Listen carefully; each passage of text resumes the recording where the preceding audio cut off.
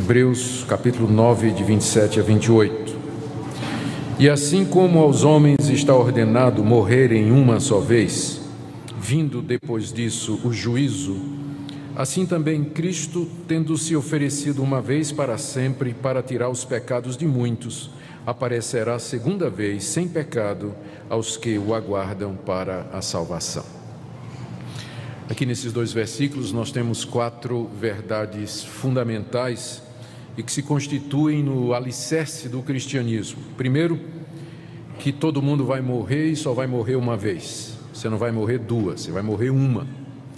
Segundo, que depois da morte você vai ser confrontado com o juízo. Você vai prestar conta da sua vida diante de Deus logo depois da morte.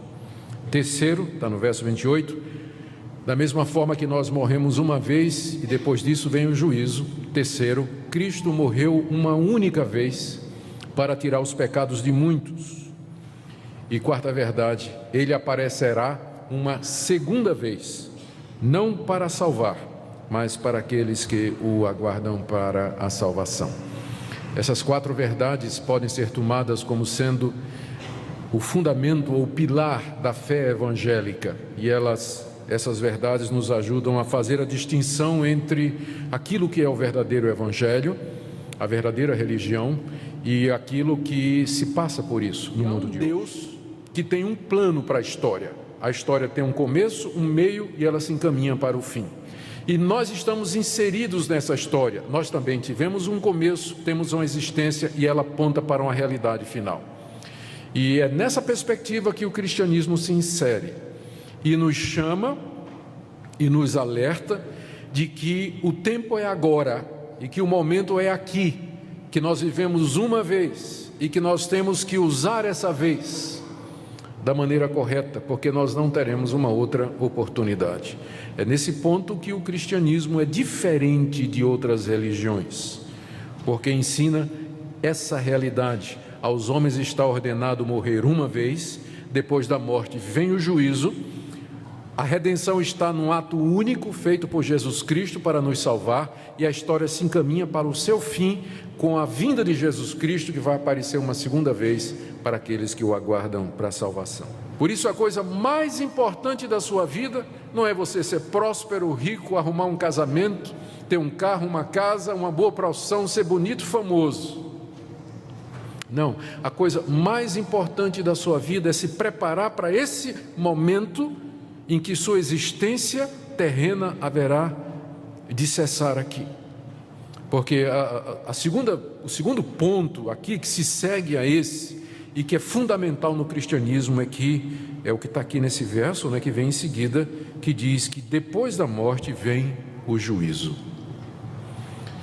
Eu sei que tem muita gente que gostaria que isso não fosse verdade, e por isso há tantas alternativas a isso ensinadas aí.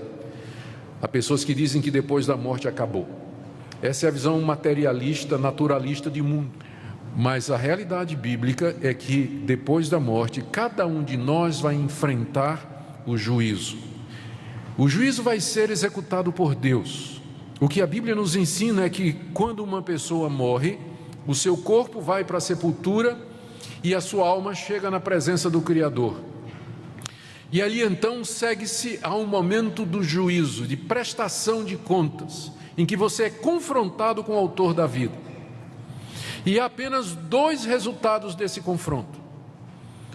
Ou você é perdoado por Deus, justificado por Deus, reconhecido por Deus e recebe dele a vida eterna e já entra na presença de Deus, no gozo e na alegria de Deus, que na Bíblia é chamado como paraíso ou céu.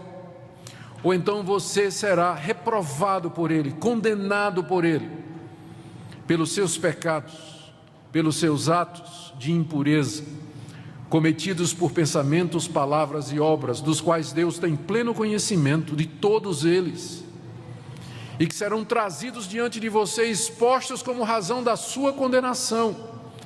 E a partir da sua condenação, julgado, condenado, você já entra depois da morte no sofrimento eterno. Você já entra no sofrimento. Então é o juízo do qual se segue 2 resultados. ou a vida eterna ou o sofrimento eterno. Aos homens está ordenado morrer uma vez, e depois disso vem o juízo. Seremos todos julgados por Deus depois da morte, com dois resultados possíveis apenas. Veja como isso exclui purgatório. A Bíblia não tem lugar para purgatório. A ideia de que depois da morte, se você cometeu alguns pecados que são mais leves do que outros, você vai sofrer nesse lugar para purgar os seus pecados, para depois entrar para o céu. Não tem chance nenhuma depois da morte. Purgatório não é ensinado na Bíblia. Também a Bíblia não ensina que você vai ficar vagando, que sua alma vai ficar vagando, que você vai ficar vendo seus familiares, você vai poder de alguma forma se comunicar com ele através de médiuns, como diz o Espiritismo. Coisa nenhuma. Depois da morte você vai dar de cara com o Criador de todas as coisas. Como está você nessa noite? O que é que você pensa de tudo isso? Será que nessa noite você poderia dizer: de fato eu creio que sou um pecador, eu sei que eu vou morrer uma vez, eu sei que vou me encontrar com Deus depois da morte, mas eu sei também que Cristo morreu por mim, que Ele apareceu para tirar os meus pecados, e eu vivo aguardando o seu retorno para a plena salvação. Você pode dizer isso nessa noite?